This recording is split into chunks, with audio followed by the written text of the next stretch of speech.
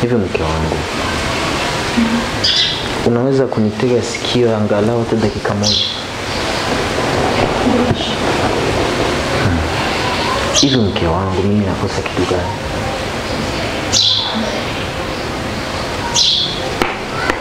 Sasa mke wangu, kwa nini unanifanyia ubaya kiasi hicho? Hiki kitu ni zaidi ya kunifanyia unyama. Tazama, hivi ni miezi mingapi? Miezi mingapi? Hivi kwa kweli mke wangu ni mwanaume wa aina gani? Wa kabila gani? Mzungu ama Mwafrika anaweza kuvumilia hili? Miezi mitatu. Siwezi nikapata haki yangu. Ali, nakuelewa sana mume wangu. Nakuelewa sana tena sana. Sasa sio lako. Sasa langu. Lakini hizi lawama zote namlaumu babangu mzazi, ambaye kaniozesha kwa mtu ambaye sijisikii, na niliwaambia mimi sijisikii. Sasa mke wangu, mimi nakosa kitu gani? I have done everything here. Haukosi lolote. Kila kitu unacho.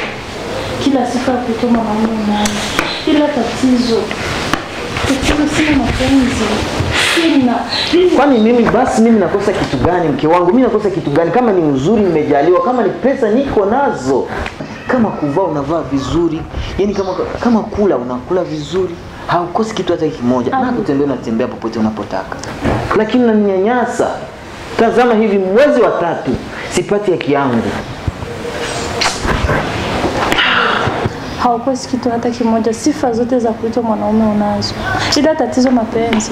Na ukumbuke kama nguzo ya kwanza katika ndoa ni mapenzi. Kama hakuna mapenzi katika ndoa, hiyo sio ndoa bali ni ndoano. Yaani wewe mke wangu, lakini tambua mimi kwanza na kasoro gani mimi? Na kasoro gani? Unakosa kitu gani kwangu? Kama kuvaa unavaa, kama kula unakula vizuri, unatembea popote unapotaka. Lakini angalia, nionee huruma mimi. Nielewe, sio mimi. Mimi nafikiri nimeshakuelewa. Yote haya mimi nimevumilia kwa sababu nakupenda. Basi please anyway, mimi naomba basi tafadhali usiku wa leo usilale hapa barazani. Naomba tulale wote chumbani. Sikiliza nikwambie leo. Najua uko msomi, university umemaliza. Umeshasoma vitabu vingi sana na nakujua uko mpenzi sana wa vitabu. Na unajua ni kitu gani mapenzi? Sio mimi nitakilazimisha eti ni kitu ambacho kitakuja no. Ila tu niombe dua, kwenda Allah anaweza kunijalia. Sijui. Ni kweli mke wangu, najua nimevumilia sana. Nimevumilia sana kabisa. Ndio pale Waswahili wamesema kwamba subira yavuta kheri. Lakini mimi kwangu naona kama ni tofauti sana. Kwa sababu hivi naona kama ile subira hivi naenda kuvuta bangi. Na kisha kuvuta bangi, kila kitu kitabadilika huko. Mimi nafikiri kwangu mimi nanizoea kwa ahadi jina langu hili mimi naliheshimisha. Lakini siku vitabadilika, bangi likinipanda kichwani, ndo pale jini nasikia analibadilisha tena, naitwa Alichache. Siku nitaitwa Alichache, basi ujue kitakachofuata hapo ni kamba, ngumi, boxi, kila aina za ubaya zote. Yaani Yesu ndiye yenyewe unaweza kuwa umeona kutumikisha ubaya. Hapana, hiyo tu ni kukupa chance ya mwisho. Ile mradi mimi nipate haki yangu, kwa sababu ni kitu ambacho nimekitolea uwezo wangu, nimefanya jitihada zangu zote ili nipate. Please nakuomba mke wangu, jitahidi mke wangu. Nimekuoa, nakupenda, nimetoa uwezo wangu wote, tena mwingi sana hivi kweli mke wangu. Milioni 7. Unafikiri ni kitu rahisi hapa? Unazichukulia poa? Hizo franga ni nyingi sana. Na mapenzi sijuazi kama unaweza kuyanunua kwa pesa. Kweli pesa unaweza kununua kila kitu ambacho unachokitaka. Lakini sio penzi la dhati mume wangu. Elewa hicho, ulitoa mahali la haujanunua penzi kutoka kwangu. Lakini please nakuomba unipe hiyo nafasi. Nimevumilia sana, miezi 3 ni mingi sana. Ni wanaume wachache sana ambao wanaweza kuvumilia hili. Lakini nami sio mimi. Na mimi naumia sana, roho inaniuma kuona jinsi kila siku unaniambia kitu kimoja, ila tatizo sina mapenzi Ali. Lazima unielewe. Ni kitu ambacho kinakuja polepole. Nipe muda. Nielewe. Sio mimi.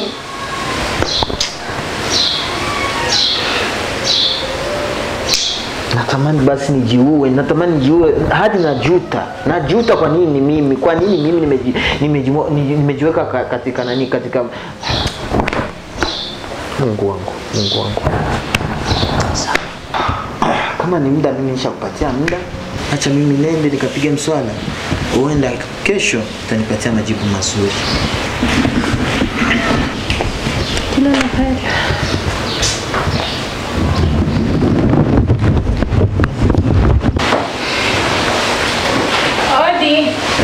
Karibu. Asante. Mabesa. Karibu. Salamu alaykum. Salamu. Mambo. Karibu. Asante. Za siku. Za kwako. Salamu alhamdulillah. Naona kudamshi kama kote ya. Utaweza. Vipi hapa mnaendeleaje? Tunamshukuru Mungu kwa kweli. Mko poa kabisa. Poa yani. Lakini mimi yani ujio wangu wa leo yani hapa kwa ajili yako. Hivi kwa nini unamsumbua kakaangu? Kaka amenifuata, amenipa mashtaka kuhusu wewe. Sikiliza wifi yangu kwa kitu kimoja. Kwanza yote ambayo unaniambia mashtaka namlaumu babangu. Hivi kwa nini unamsumbua kakaangu? Yaani kwa maana namsumbua vipi? Unamsumbua? Yaani hana raha yoyote na ndoa.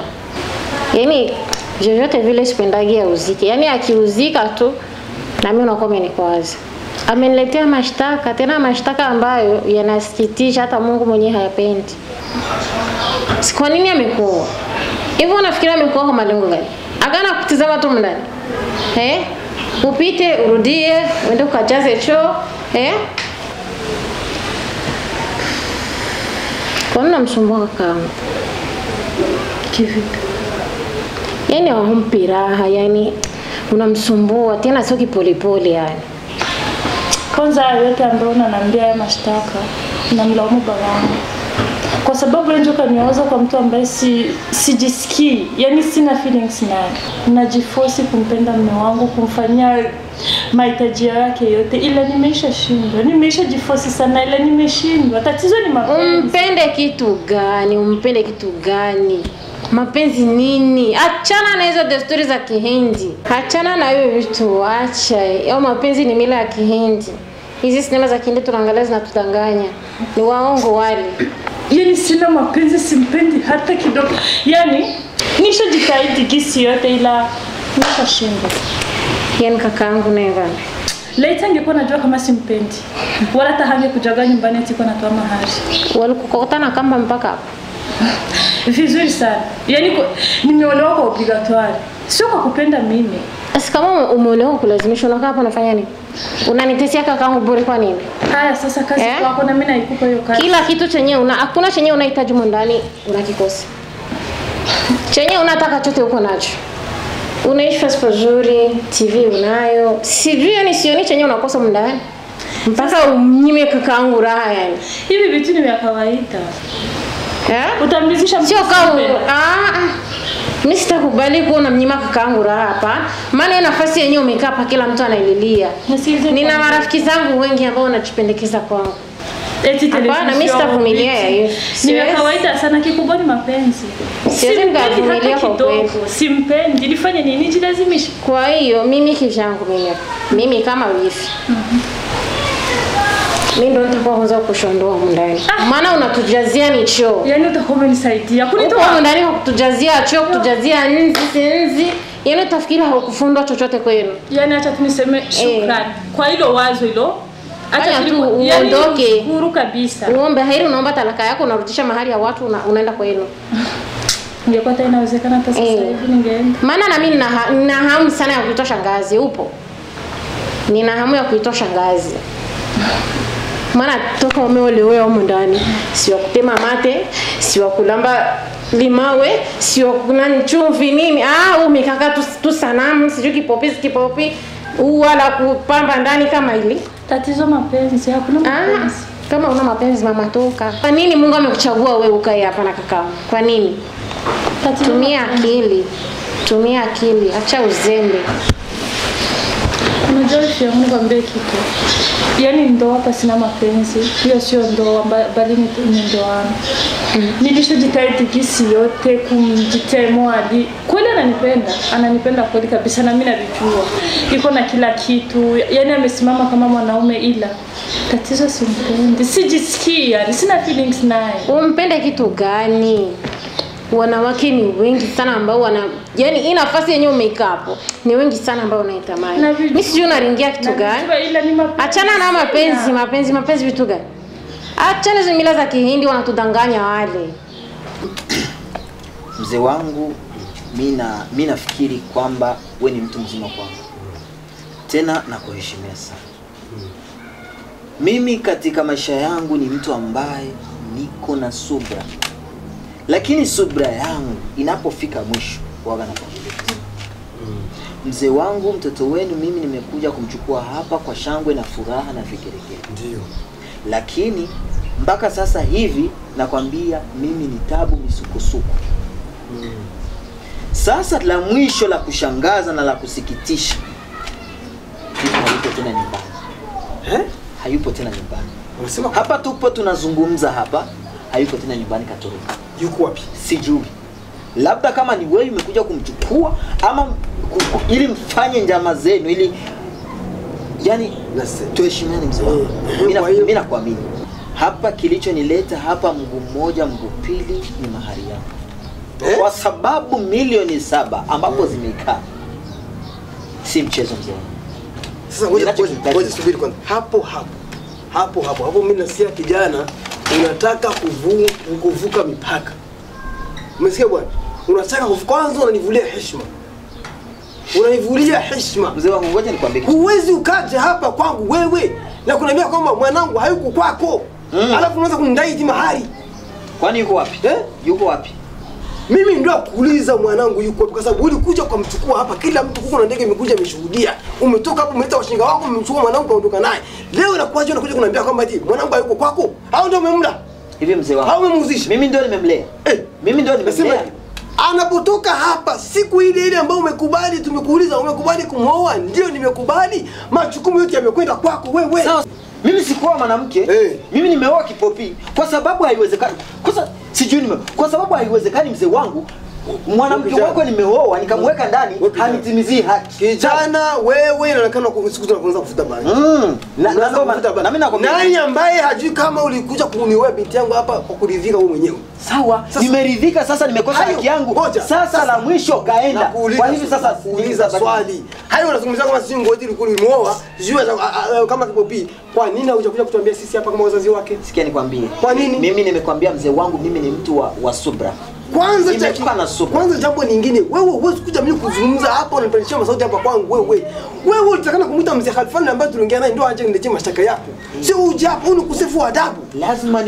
Lazima nipandishe sauti kwa sababu anayeumia ni mimi sio mzee Khalfan. Nasema hivi, hiyo ni adabu, utovu wa nidhamu. Waulize wazee watakwambia. Sikia mzee. Mimi nimekuja hapa kwa ustadi. Kwanza mimi ukiniambia maswali ya kusema eti kurushia mahari, hilo kwanza kuchina hii haliwezekani. Haliwezekani nakwambia. Mzee, ukurushia mahari. Nikurushia mahari. Unataka unaambie kwamba mahari yangu sipati. Nasema hivi. Hilo nasema baba. Sahau mahari huwezi ukapata kwa sababu moja kwanza. Mimi kwanza kama mzazi sijui mwanangu alipo. Sijui mwanangu alipo. Mzee wangu. Wewe una thamani ya mtu wewe. Una thamani ya kununua mtu. Nasema hivi, sina thamani ya kununua mtu. Inaonekana mzee wangu hujajua mimi ni nani. Na wewe unajua mimi ni nani. Kama mimi sitojua ni wewe basi na wewe unajua mimi ni nani. Mzee wangu kwa uwezo, mimi naweza nikakufungisha. Kurushia mahari. Naweza nikakufungisha, nikakuuisha. Nikakufanyia kitu chochote kibaki. Ndio uwezo wako unaishia hapo. Hapo ndio uwezo wako unaishia wewe unasema.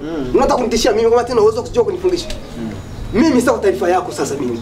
Nina uwezo kugeuza kuku, na uwezo kugeuza bata, na uwezo kugeuza panya, na uwezo kugeuza ndege, muda wote ambao unataka hata sasa hivi useme. Kama unijui wewe. Acha tuvifanye. Sasa ushakusikia unapigwa radi. Ushakusikia mtu anapigwa radi. Naonekana wewe. Nasema hivi sasa wewe uthubutu. Haiwezekani wewe usikata tu hapo kuta kuna nini kumachama sauti hapa. Unasema haya. Mahari kivipi? Wewe ulichukua binti yako miezi mitatu yote hii. Binti yangu iko kwako. Hapo ukisha kuna binti yangu hayuko ni mambo gani? Ni mambo gani hayo? Haiwezekani. Ça va. C'est ingénieur Ali. Oui. Harumutama numutama ekarangora. Ngoja kwanza. Ego ningaha efa gato. Ngoja kwanza. Acha kwanza uze lugha zingine. Acha kaona kupe kwanza kata. Pas de problème, pas de problème. Kata simu kwanza. Kata simu. Kata simu kwanza. Ndakurindire dans 15 minutes. Kata simu kwanza bwana, tuongee si wanaume. Sisi wataanza kupiga. So umefanya wewe umefanya jeuri. Umefanya jeuri kwa kuonesha kwamba utanipiga radi. Mimi tutatania tu si mkuu wangu bwana. Kumbe nani maongezi yote kujishebetu mambo mengine tu watu kama wanaume tukaa chini tuongee tuelewane. Sikia kwa mimi. Unasema binti alikwenda kutoka siku gani? Mimi tokea jana sijamuona. Kama jana mtu alikuja kumtorosha, kama mtu alifanya kitu gani, mimi nakwambia binti yako hayupo tena. Sasa baba samahani baba. Kama tutakuwa msiwe baba nikosa samahani. Hakuna tatizo. Kama mzazi anasema nisikie wewe tu utafute tu hizo hela. Sikilize. Mambo ya pesa kwanza hiyo pesa yako mimi nasema nafikiri ni masiara. Kwa sababu gani mzee nakwambia hivi sifuati binti yako. Kwa sababu binti yangu hata kipindi nilikuwa naye ndani alikuwa anitimizia haki. Sasa sawa mimi nakuelewa. Lakini subiri kwanza mimi na maana tutakaa chini tujifikiri tumtafute alipo. Kila kitu tutaweka sawa. Wewe unapata mazazi kwa utuambie sisi kasi ndio wazazi wako. Unataka utambia kabla. Mimi nimekwambia mimi ni mtu wa subra. Sikutaka ndio vizuri subra endelee hivyo subra mwanadamu aishi mpaka ngenge ndani ya turabi bwana. Kwa pesa mzee wangu. Kwa pesa siwezi nikafanya subra. Sawa, wewe mambo ya pesa kwanza ongea mambo ya pesa kinywaji. Mimi nafikiri hapa imeshaingia ndani ya mzee wangu. Tutoka tena aje pesa wewe. Mzee wangu nishamaliza. Kuhusu pesa nazingojea baada ya siku. Wewe usina wasiwasi mke wako tutamleta. Mumleta na mpe education. Hamna shida baba. Wewe usina wasiwasi. Hapo nishamaliza. Pesa yangu na ilitaji. Wewe usina wasiwasi. Sisi tutajifikiri hilo jambo. Sawa. Sasa mimi kama nashuka kama wapi kabanza katafuna mimi aka. Tuaibisha aka. Mama Sai. Mama Sai. Hebu njoo kidogo.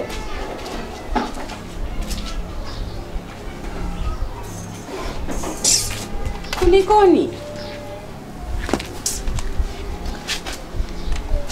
Sasa bala. Kwani vipi? Mambo malezi ya madeko na mdekesha binti. Unamwonyesha sijui mapenzi, sijui hisia, sijui nini. Sasa bala limetuangukia. Binti yako kwa sasa ni hayuko kwa mume wake. Hayuko kwa mume wake, umeweka juu ya alipo. Na kwa taarifa yako mume wake anatoka hapa na kuja kudai mahari yake. Ila mume wangu nilikwambia. No. Nilikwambia. Usiniambie kwamba eti umeniambia. Wewe ulimlea vibaya binti yako. Ulibaki unamletea hisia kama mapenzi, kwenye hakuna mapenzi, sijui vitu gani vya kujenga. Ndio ukweli ulivyo mume wangu. Hakuna ndoa isiyokuwa na mapenzi. Hata mtu ana pesa kiasi gani, awe na mali, nyumba kiasi gani, gari, roho ifurahi. Sasa ngoja, wewe unaleta mambo ya mashairi hapa. Milioni 7 utatoka wapi wewe? Hapa sio mashairi, kwanza tunakosoa kosa mume wangu. Nilikuwa nakwambia badilika. Haya unayofanya sio, badilika. Ulithamini pesa kuliko utu. Ulithamini pesa kuliko furaha ya mwanao. Malezi mabovu. Utapita wapi? Malezi mabovu ulimlea ule binti. Kama unajua mapenzi vitu gani? Mapenzi sasa kwa sababu kizi unamlea. Hata mimi kuolewa na wewe ni sababu ya mapenzi. Sikufuata mali wala nini, nikupenda mwenyewe na yeye hivyo. Sawa, lakini angalau umekuja kwangu, umeana ka uwezo kidogo na wakakuweka. Sasa yeye yule kijana angemweka wapi kama sio ndio aibu? Angevumilia. Sasa unafikiri angekimbia nini baada ya kuvumilia kwenye njaa ivumilika? Nani kwambia kama njaa inavumilika wewe mke wangu? Haya sasa ulitaka mahari makubwa marefu. Haya sasa mahari ya watu watatoka wapi? Mbona huko ndani nimeona kuna 500,000 tu pale. Biashara zenyewe ndio zimehomba. Zimefeli. Sasa hivi hela hiyo mimi nasema ndaitoa wapi? Hapo sasa ndo kimbembe. Pesa za wapi? Itabidi ukauze ile parcel ya baba yako alikuachia.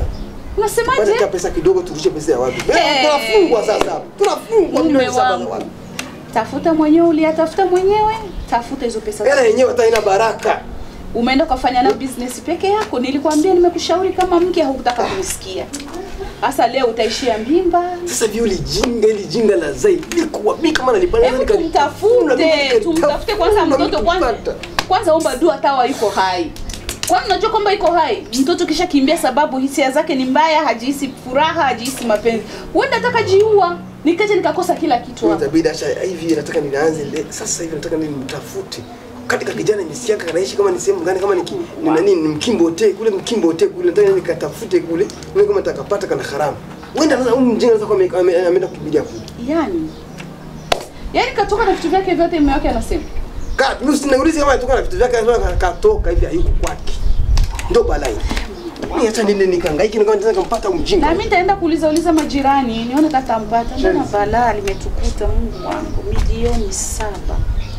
Nimwambia mume wangu kutaka kunisikia, hizo pesa ni nyingi, hairi mahali madogo yenye baraka kulikoni mahali makubwa yenye balaa. Balaa limetukuta. Sasa inakuwa au niuze parcele kweli ya urithi wa babangu. Mume wangu nakupenda, lakini kwa hilo nitatafuta mwenyewe.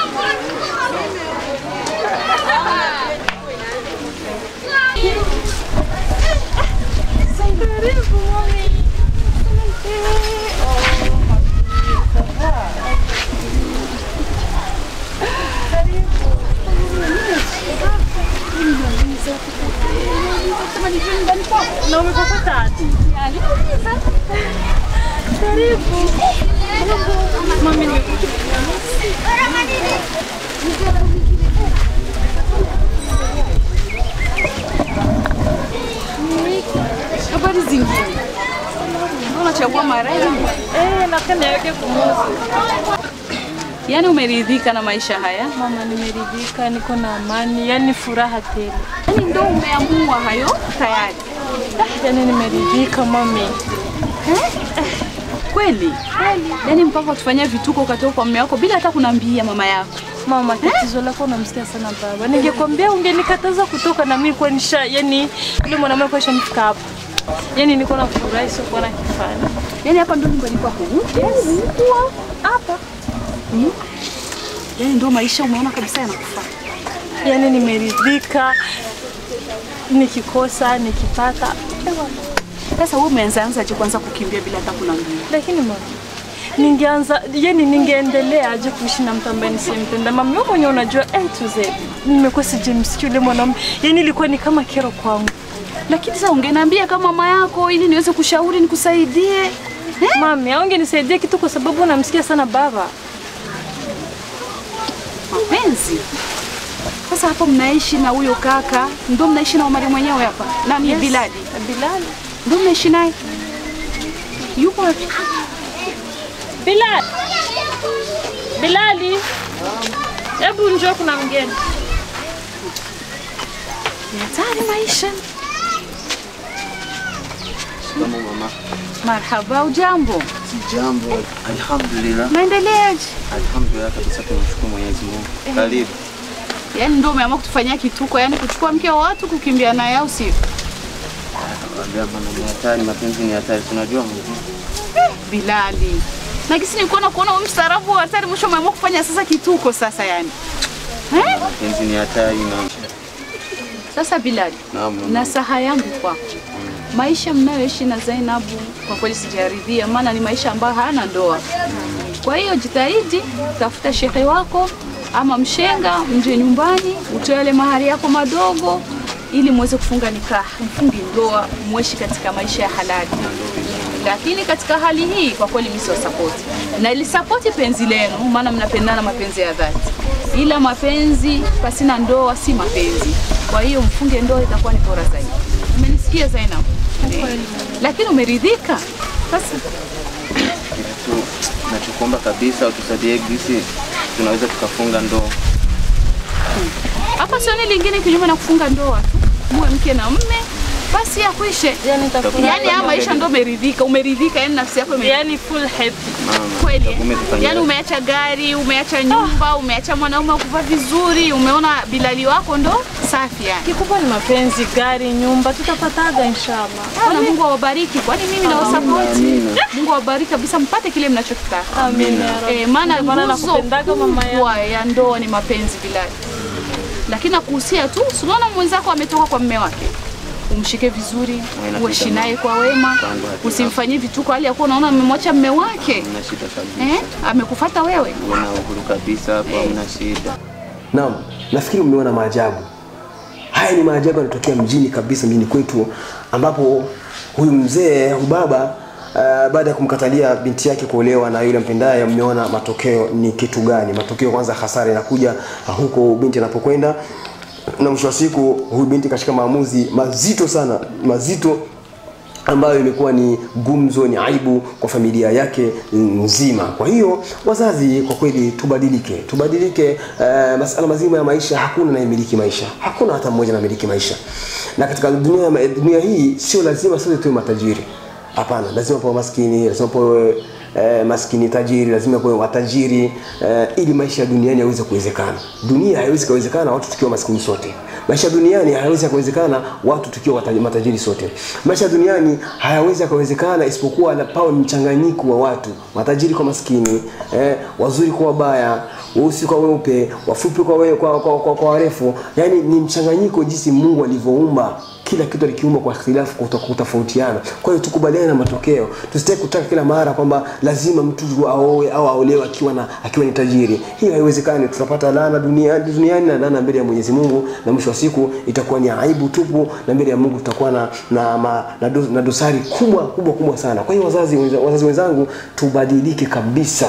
Unapopata mchumba, vyovyote jinsi alivyo, tunaambiwa kwamba tutazame tabia, tusitazame sana kipato, kwa sababu wengi kwa leo sasa akili zao zinawatuma kwenye kipato. Anaona kwamba labda binti yake akimwozesha ndio chanzo cha yeye maisha kubadilika. Kwa hiyo tuelewe kwamba hata masuala mazima ya mahari, mwisho wa siku mahari ni zawadi kwa binti muolewaji. Kwa hiyo si ndio sababu ya watu kwa tunapangilia mipango ya biashara, mipango ya maendeleo ya maisha yetu kupitia binti zetu. Tutakuja kujikuta siku moja tunafeli kiwango kikubwa sana. Na masuala mazima haya kwa tunapanisha mahali kila siku yanafanya haswa uhuni unakuwa mwingi zaidi, mimba za watoto ambao hawana baba za watu haramu wanakuwa wengi zaidi.